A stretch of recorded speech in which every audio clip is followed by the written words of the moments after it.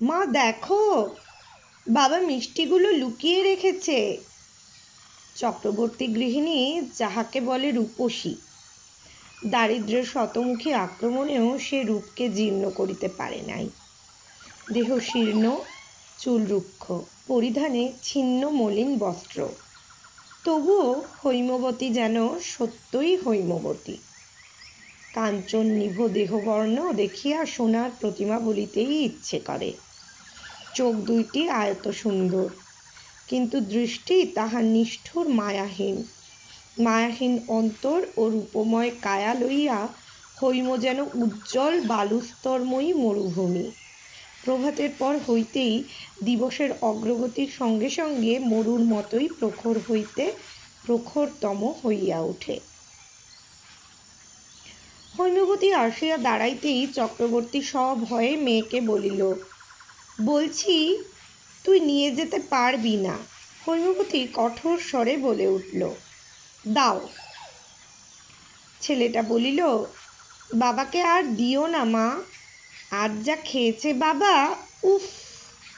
আবার কাল সকালে বাবু নেমন্তন্ন করেছে, বাবাকে মিষ্টি খাওয়াবে। হৈম কঠিন স্বরে বলিল, বেরো বেরো বলছি আমার সুমুখ থেকে, হতভাগা ছেলে।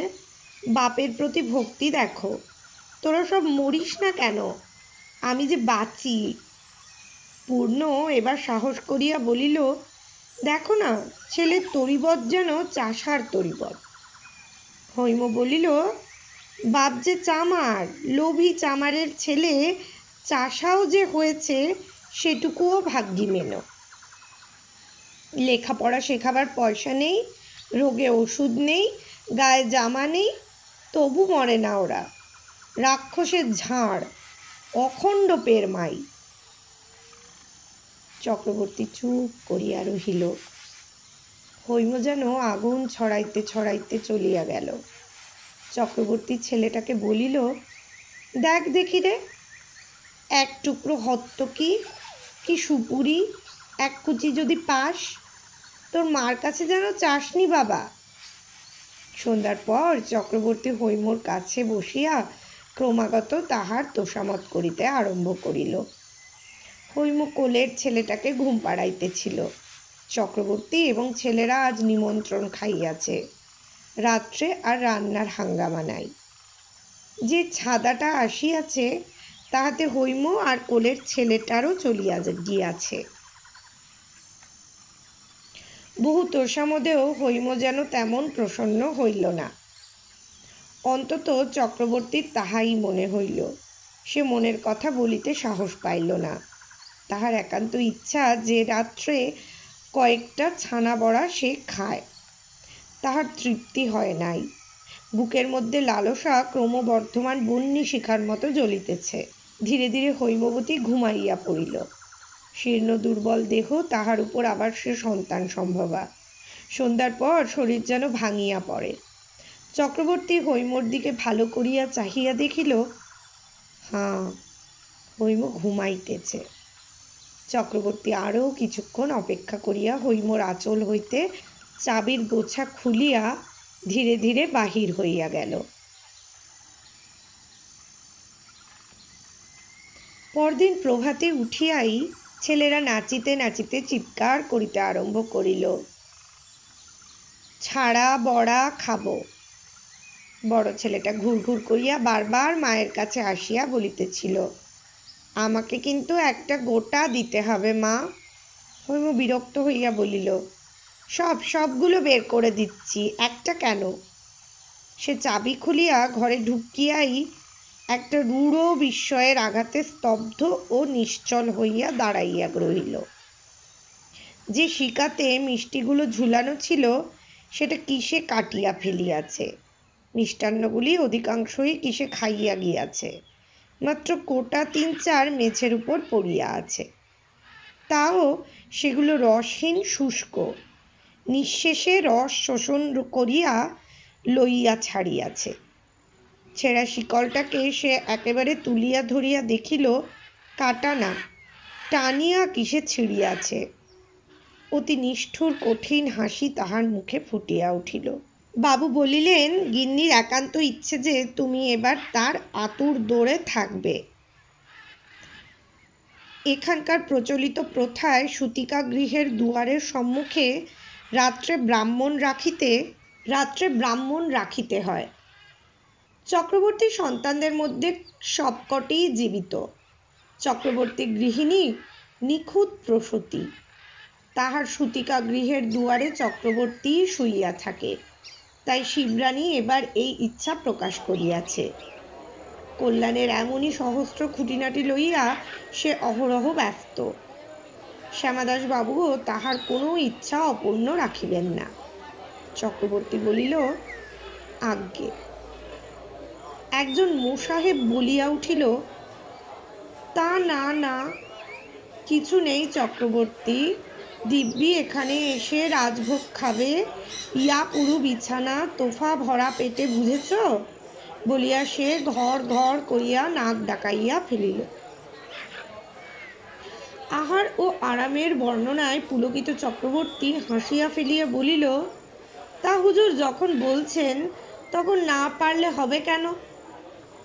শ্যামাদাসবাবু বলিলেন, বসো তুমি, আমি জল খেয়ে আসছি, তোমারও জল খাবার আসছে। বলিয়া তিনি পাশের ঘরে চলিয়া গেলেন। একজন চাকর একখানা আসন পাতিয়া দিয়া মিষ্টান্ন পরিপূর্ণ একখানা থালা নামাইয়া দিল। একজন বলিল, খাও চক্রবর্তী। তা একটু জল, হাতটা ধুয়ে ফেলতে হবে। আর একজন পারিষদ বলিল, গঙ্গা গঙ্গা বলে বসে পড়ো চক্রবর্তী, অপবিত্র পবিত্র বা ওম বিষ্ণু স্মরণ করিলেই ব্যাস শুদ্ধ, বসে পড়ো। গ্লাসের জলেই একটা কুলকুচা করিয়া খানিকটা হাতে বুলাইয়া লইয়া চক্রবর্তী লোলুপভাবে থালার সম্মুখে বসিয়া পড়িল। পাশের ঘরে জলযোগ শেষ করিয়া আসিয়া শ্যামাদাসবাবু বলিলেন, পেট ভরল চক্রবর্তী? চক্রবর্তীর মুখে তখন গোটা ছানা বড়া। একজন বলিয়া উঠিল, আগে কথা বলার অবসর নেই চক্রবর্তীর এখন। সেটা শেষ করিয়া চক্রবর্তী বলল, আজ্ঞে পরিপূর্ণ, তিল ধরাবার জায়গা নেই পেটে। সে উঠিয়া পড়িল। শ্যামাদাসবাবু বলিলেন, তোমার কল্যাণে যদি মনস্কামনা আমার সিদ্ধ হয় চক্রবর্তী, তবে 10 বিঘে জমি আমি তোমাকে দেব, আর আজীবন তুমি সিংহবাহিনীর একটা প্রসাদ পাবে। তাহলে তোমার কথা তো পাকা। কেমন? সিংহবাহিনীর প্রসাদ কল্পনা করিয়া চক্রবর্তী পুলকিত হইয়া উঠিল। সিংহবাহিনীর ভোগের প্রসাদ সে যে রাজভোগ। তা পাকা বই কি হুজুরের। কথা অর্ধসমাপ্ত রাখিয়া সে বলিয়া উঠিল, দেখো দেখি। চোখ তাহার যেন জল জল করিয়া উঠিল। খানসামাটা শ্যামাদাসবাবুর উচ্ছিষ্ট জলখাবারের থালাটা লইয়া সম্মুখ দিয়া পার হইয়া যাইতেছিল। একটা অভুক্ত ক্ষীরের সন্দেশ ও মালপোয়া থালাটার উপর পড়িয়াছিল। চক্রবর্তীর লোলুপতা অকস্মাৎ যেন সাপের মতো বিবর হইতে ফণা বিস্তার করিয়া বাহির হইয়া বিষ উদ্গার করিল। চক্রবর্তী স্থান কাল সমস্ত ভুলিয়া বলিয়া উঠিল, দেখি দেখি, ওহে দেখি। শ্যামাদাসবাবু হা করিয়া উঠিলেন। করো কি? এটো, ওটা এটো, নতুন এনে দি। চক্রবর্তী তখন থালাটা টানিয়া লইয়াছে। ক্ষীরের সন্দেশটা মুখে পড়িয়া বলিল, আজ্ঞে রাজার প্রসাদ। আর সে বলিতে পারিল না। আপনার অন্যায়টা মুহূর্তে তাহার বোধগম্য হইয়া উঠিয়াছে, কিন্তু আর উপায় ছিল না। বাকিটাও আর ফেলিয়া রাখা চলে না। লজ্জায় মাথা হেঁট করিয়া সেটাও কোনোরূপে গলদ্ধকরণ করিয়া তাড়াতাড়ি কাজের ছুতা করিয়া সে পলাইয়া গেল। বাড়িতে তখন মরুতে ঝড় বহিতেছে। হৈম মূর্ছিত হইয়া পড়িয়াছে, ছোট ছেলেগুলো কাঁদিতেছে, বড়টা কোথায় পালাইয়াছে। মেজ মেয়েটা কাঁদিতে কাঁদিতে বলিল, মিষ্টিগুলো কিসে খেয়ে গিয়েছে, তাই দাদা ঝগড়া করে মাকে মেরে পালালো। মা পড়ে গিয়ে। কথা শেষাংশ তাহার কান্নায় ঢাকিয়া গেল। চক্রবর্তীর চোখে জল আসিল। জলের ঘটি ও পাখা লইয়া সে হৈমর পাশে বসিয়া শুশ্রূষা করিতে করিতে সতৃষ্ণ দৃষ্টিতে হৈমর মুখের দিকে চাহিয়া রহিল। চেতনা হইতেই হৈম স্বামীকে দেখিয়া বলে উঠিল, ছি ছি ছি, তোমাকে কি বলবো আমি, ছি। চক্রবর্তী হৈমর পা জড়াইয়া ধরিয়া কি বলিতে গেল, কিন্তু হৈম চিৎকার করিয়া উঠিল, মাথা ঠুকে মরবো আমি, ছাড়ো, পা ছাড়ো।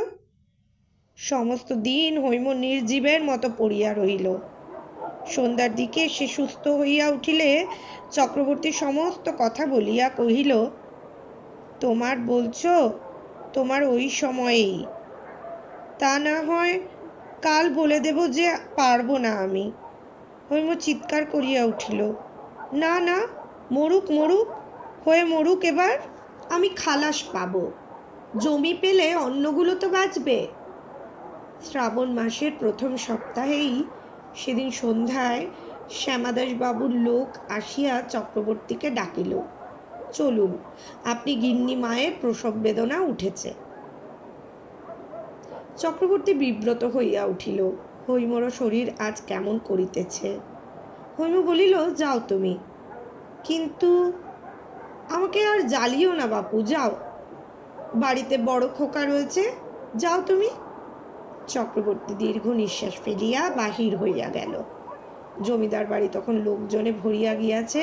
শ্যামাদাসবাবু বলিলেন, এসো চক্রবর্তী, এসো, আমি বড় ব্যস্ত এখন, তুমি রান্না বাড়িতে গিয়ে খাওয়া দাওয়া সেরে নিও। চক্রবর্তী শটান গিয়া তখনই রান্নাশালে উঠিল। ঠাকুর, কি রান্না হয়েছে আজ? বাহ, খুশবুই তো খুব উঠেছে। কি হে, ওটা মাছের কালিয়া না মাংস? মাংস। আজ মায়ের পুজো দিয়ে বলি দেওয়া হয়েছে কিনা? তা তোমার রান্নাও খুব ভালো। তার উপর তোমার বাদলার দিন, কতদূর বলি দেরি কত, দাও না দেখি একটু চেখে। সে একখানে শালপাতা ছিঁড়িয়া ঠোঙা করিয়া একেবারে কড়াই ঘেঁষিয়া বসিয়া পড়িল। ঠাকুর বিরক্ত হইয়া বলিল, আচ্ছা লোভ তোমার চক্রবর্তী, তা বলেছ ঠিক, তা একটু বেশি, তা বটে। একটুখানি নীরব থাকিয়া বলিল, সিদ্ধ হতে দেরি আছে নাকি? তাহাতে করিয়া খানিকটা অর্ধ সিদ্ধ মাংস তাহার ঠোঙাতে দিয়া ঠাকুর বলিল, এই দেখো, বললে তো বিশ্বাস করবে না, নাও। সেই গরম ঝোলই খানিকটা সরাত করিয়া টানিয়া লইয়া চক্রবর্তী বলিল, ঝোলটা বেড়ে হয়েছে। তা তোমার রান্না যাকে বলে উৎকৃষ্ট। ঠাকুর আমন মনেই কাজ করিতেছিল, সে কোনো উত্তর দিল না। চক্রবর্তী আবার বলিল, তা তোমার এ চাকলায় তোমার জুড়ি দেখলাম না? মাংসটা সিদ্ধ এখনো হয়নি, তবে তোমার গিয়ে খাওয়া চলছে। ঠাকুর বলিল, চক্রবর্তী, তুমি এখন যাও এখান থেকে, খাবার হলে খবর দেবে চাকররা, আমাকে কাজ করতে দাও, যাও, ওঠো। চক্রবর্তী উঠিয়াছে কিনা সন্দেহ, কিন্তু এই সময় তাহার বড় ছেলেটা আসিয়া ডাকিল, বাবা। চক্রবর্তী উঠিয়া আসিয়া প্রশ্ন করিল, কি রে? একবার বাড়ি এসো, ছেলে হয়েছে। তোর মা, তবে মা কেমন আছে? ভালোই আছে গো, তবে দাইটাই কেউ নেই, দাই এসেছে বাবুদের বাড়ি, নাড়ি কাটতে লোক চাই। চক্রবর্তী তাড়াতাড়ি ছেলের সঙ্গে বাহির হইয়া গেল, ভয় নেই, ভালোই আছি। তুমি সদ্দুরদের দাইকে ডাকো দেখি, নাড়ি কেটে দিয়ে যাক, আমাদের দাইকে তো পাওয়া যাবে না। তাহাই হইল। দাইটা নাড়ি কাটিয়া বলিল, সুন্দর খোকা হয়েছে বাপু, মা বাপ সুন্দর না হলে কি ছেলে সুন্দর হয়? মা কেমন তা দেখতে হবে। হৈম বলিল, যা যা, বকিসনি বাপু, কাজ হলো তোর, তুই যা। চক্রবর্তী বলিল, তাহলে তাই তো, খোকা যা, বলে আসুক বাবুকে, অন্য লোক দেখুন ওরা। হৈম বলিল, দেখো, জ্বালিও না আমাকে, যাও বলছি, যাও। চক্রবর্তী আবার অন্ধকারের মধ্যে বাবুদের বাড়ির দিকে চলিল। মধ্যরাত্রে জমিদার বাড়ি শঙ্খধ্বনিতে মুখরিত হইয়া উঠিল। শিবরানী একটি পুত্র সন্তান প্রসব করিয়াছে। পূর্ব হইতে ডাক্তার আসিয়া উপস্থিত ছিল। সেই যতদূর সম্ভব সাবধানতা অবলম্বন করিয়া নাড়ি কাটিল। গরম জলে শিশুর শরীরের ক্লেদাদি ধুইয়া মুছিয়া দাইয়ের কোলে শিশুটিকে সমর্পণ করিয়া সে এখন বিদায় হইল। তখন রাত্রি প্রায় শেষ হইয়াছে। প্রভাতে চক্রবর্তী বাড়ি আসিতেই হৈম বলিল, ওগো, ছেলেটার ভোর রাত্রে যেন জ্বর হয়েছে মনে হচ্ছে। চক্রবর্তী চমকিয়া উঠিল, বলিল, হুঁ, তা? অবশেষে অনুযোগ করিয়া বলিল,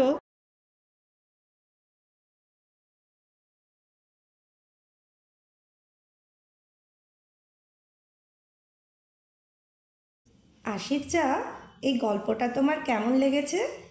খুব ভালো লেগেছে বন্ধুরা। যদি তোমাদেরও এই গল্পগুলো ভালো লাগে তাহলে লাইক, সাবস্ক্রাইব আর শেয়ার করে কমেন্টে দাঁড়াও কি কি নতুন গল্প শুনবে।